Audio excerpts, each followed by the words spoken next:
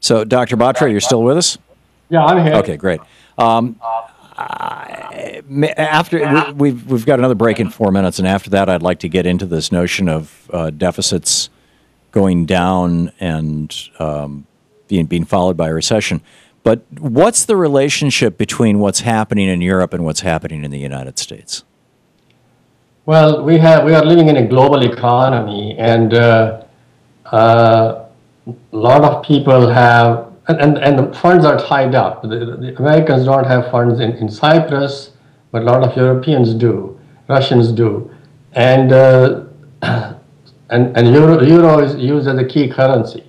So the euro is falling now. As the euro falls, oil comes down, gold comes down, stock market comes down also with it. So we are connected to them through the euro. Right. And what effect will this have on Asia? The same thing. When the euro falls, the whole world gets worried because it's a major area with huge GDP. The Eurozone's GDP now exceeds US GDP. And what is it, 17 trillion or in that neighborhood? Yeah, around that, yeah, about 7. And then the US is around 15 and change? Yeah. So, and what is the Asian, the Japanese, Taiwanese, Chinese, South Korean GDP? Do you know? Chinese is about 40% of the US. Japan is about half. Right. German is about 1/3. Yeah.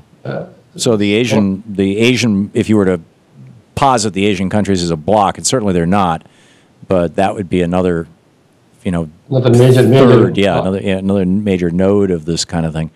Right.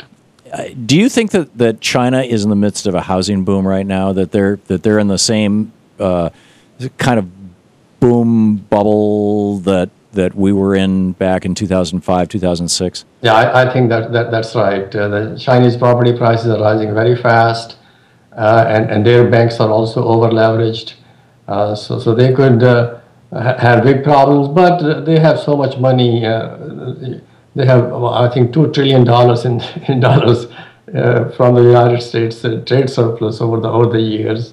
So if they fall sharply, their growth will still be positive, but 5% growth rate in China is supposed to be a recession. Right, and they're down from what, 8 to 5%? They're down.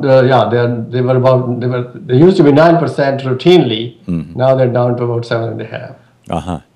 And do you expect that? What do you think is going to be the pin that pops the bubble worldwide? I think the falling budget deficits. Now the U.S. The deficit is going to fall.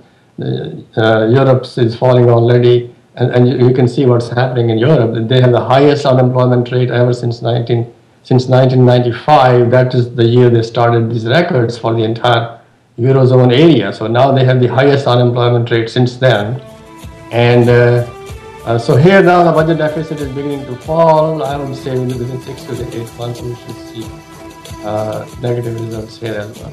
Okay, well, let's pick that thought up on the other side of this break. We'll be right back. It is 20 minutes past the hour. We'll be back in about 20 seconds here with Dr. Ravi Batra.